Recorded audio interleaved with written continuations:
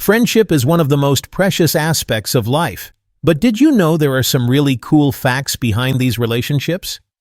As we dive into our heartfelt story of love and regret, let's remember the amazing power of friendship and its deep impact on our lives. Are you afraid of losing loved ones? Friends make life better. They provide a foundation that not only makes it bearable, but also enjoyable. They give us a sense of meaning and purpose and are a source of security, self-worth, and happiness.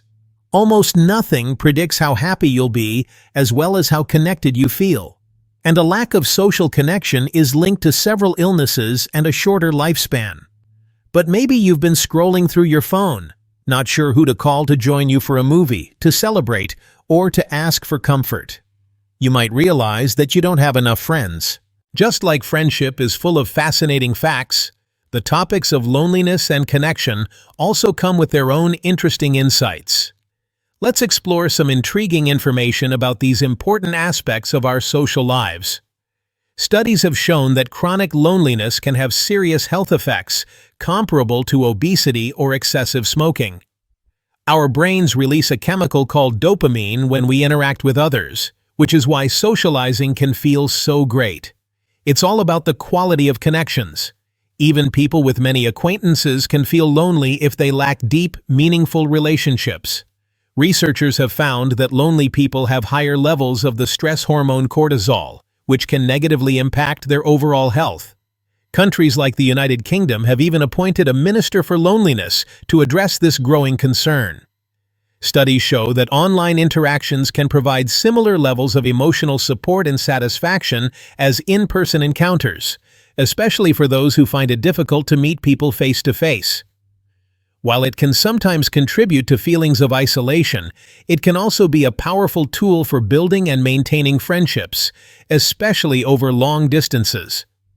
Helping others not only builds a sense of community, but also creates opportunities to form new friendships. Animals like dogs and cats can provide companionship and unconditional love, which can be incredibly comforting for those who feel isolated. Joining clubs, attending community events, and even just striking up conversations with neighbors can help cultivate a more connected life. As we move on to our heartfelt story, let's keep these facts in mind. Understanding the dynamics of loneliness and connection can help us appreciate our relationships even more. Are you afraid of losing loved ones? Friends make life better. They provide a foundation that not only makes it bearable but also enjoyable. They give us a sense of meaning and purpose and are a source of security, self-worth, and happiness.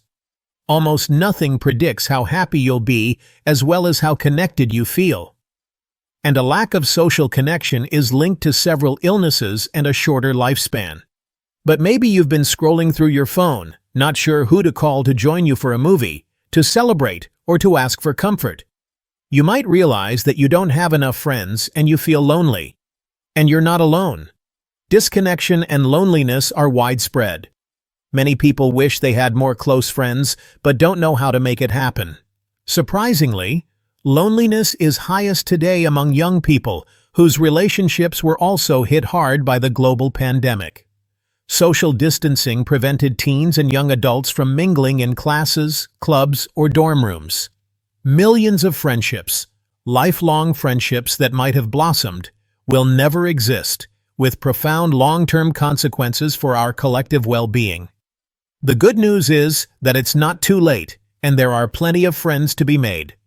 We'll be combining scientific insights with actionable advice in this video. But we can't address every individual situation. People, cultures, and schedules are all different. If you're struggling with chronic loneliness, you might also want to check out the video we made on it. All right. As with all the important things in life, making friends is incredibly simple, but not necessarily easy.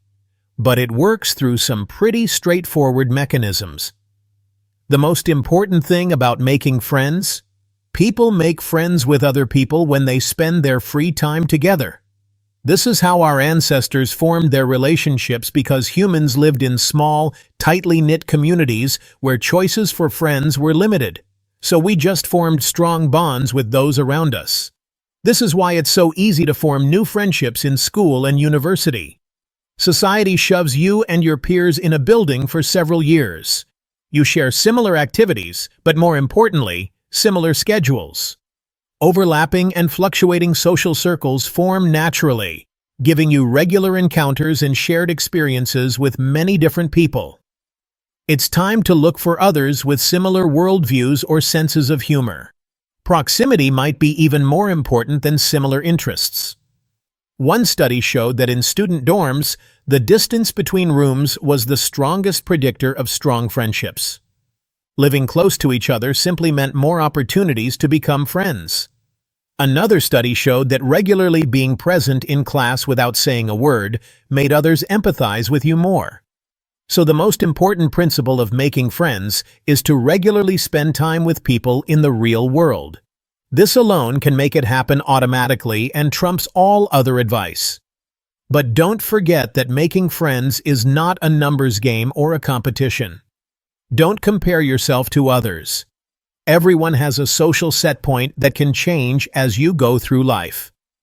Maybe you were more of an introvert as a teenager but crave connection in your 20s. Maybe you were part of large social circles but prefer fewer friends in your 30s.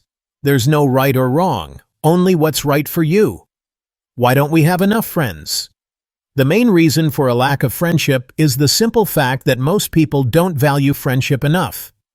They don't realize until it's too late that maintaining friendships requires energy and regular attention.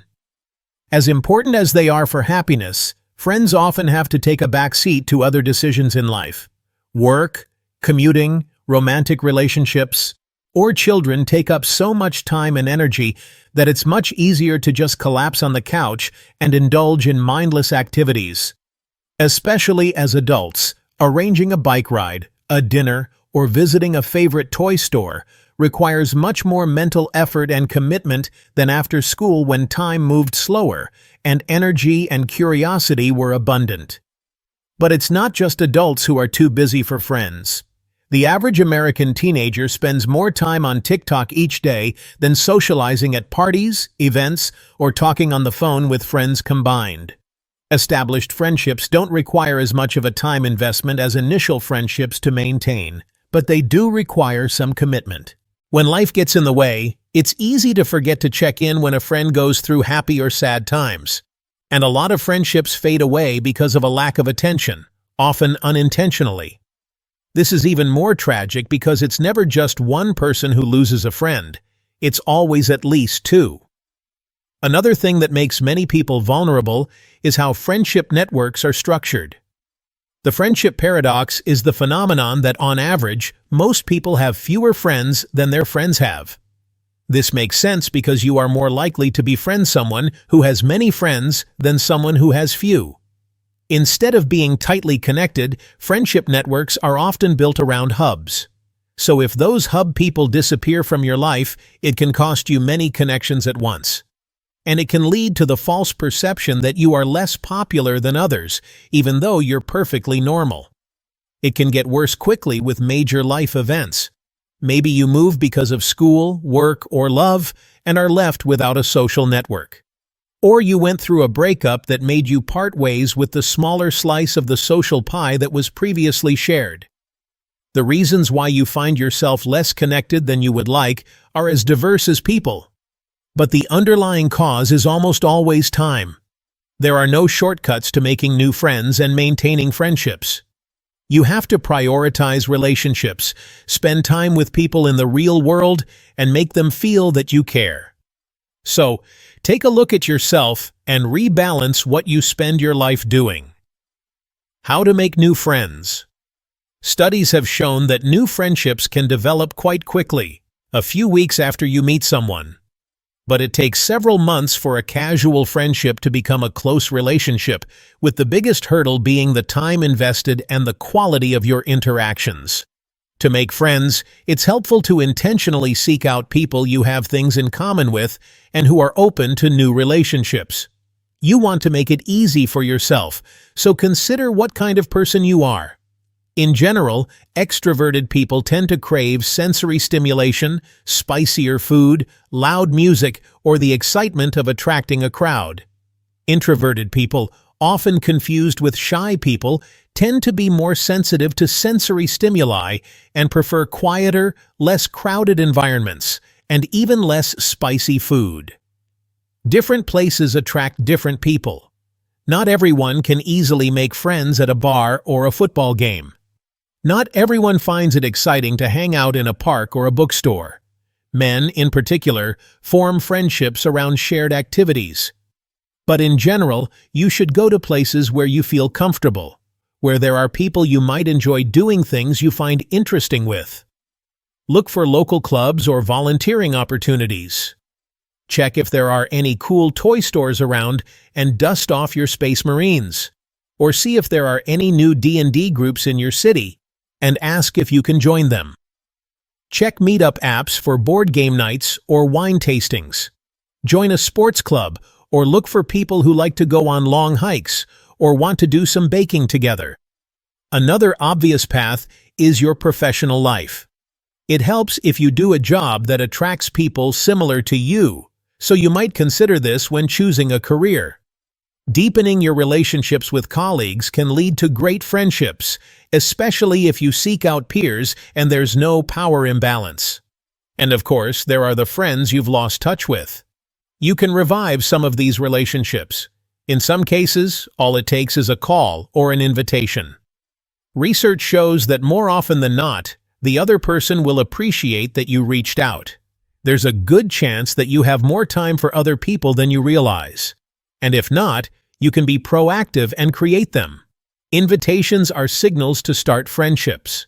So, bring people together by organizing a dinner party, putting together an after-work football match, or starting a board game group. Everyone appreciates people who organize fun things. And the simple act of reaching out can kickstart a self-reinforcing upward spiral of happiness, joy, and connection that can seriously improve the lives of everyone around you in meaningful ways. If you meet someone you vibe with, making the first move is admittedly a bit scary, but they might feel the same way. Be interested in a friendship but also held back by the fear of rejection. It's like trying to get a cat to fetch. Worst case, they don't care, which will sting for a few hours. But best case, it might be the start of a lifelong friendship. A worthy reward for the risk. Once you've formed the initial connections, check in to see if there's anything important going on in their lives. Of course, it's important not to be too pushy, like a dog with a new toy. But the more time you invest, the better your chances of engaging in hilarious conversations or silly inside jokes. The fact that friendships take time also means that you need to be patient and kind to yourself, especially if you're out of practice. Things won't improve overnight, but slowly, step by step, like teaching a dog new tricks. If you keep at it, are open, interested, and share, many people don't have a problem being around other people, but struggle to turn acquaintances into friends. So, let's talk about two important principles that make you more likely to connect: being interested and sharing. In general, our favorite subject is ourselves and the things we care about, because literally, we are the center of our own universe. So people tend to like people who are genuinely interested in them. If you want to make friends, your goal should be to try to find out what makes them tick. Equally important as being interested in others is reciprocating and being open to connecting. You need to share the experiences that have shaped you. Now, you don't want to overwhelm the other person and immediately reveal your deepest secrets like a dog knocking over the trash, but be a little vulnerable and reveal personal things. This also signals to the other person that they can do the same. Best case, you find common ground. Maybe you both had a tough time in school, or maybe you share a passion for quirky movies. Learning about others and sharing personal stories in a balanced way and not overdoing it is not an exact science. Noticing the line between being open and oversharing takes practice and depends on the vibe of the conversation. One of the counterintuitive things about life is that to get something, it helps if you convince yourself that you want it less than you think you do. In general, you should be relaxed, have fun, and enjoy yourself. Do things for yourself without expectations, but also be open to social opportunities and accept invitations if they come up. And that's basically it. Prioritize friendships in your life, check in with your friends, and regularly go to places to have fun. Show a genuine interest in others and give them a chance to get to know you without oversharing. If you do this, you're on the right track. If this sounds a bit scary, the good news is that the human brain is wired to seek connection. It's perfectly normal to look for new friends, and there are plenty of people out there who would welcome more close relationships. There are so many friendships to be made everywhere, and there are so many people who would love to have you in their lives as a good friend. Go meet them.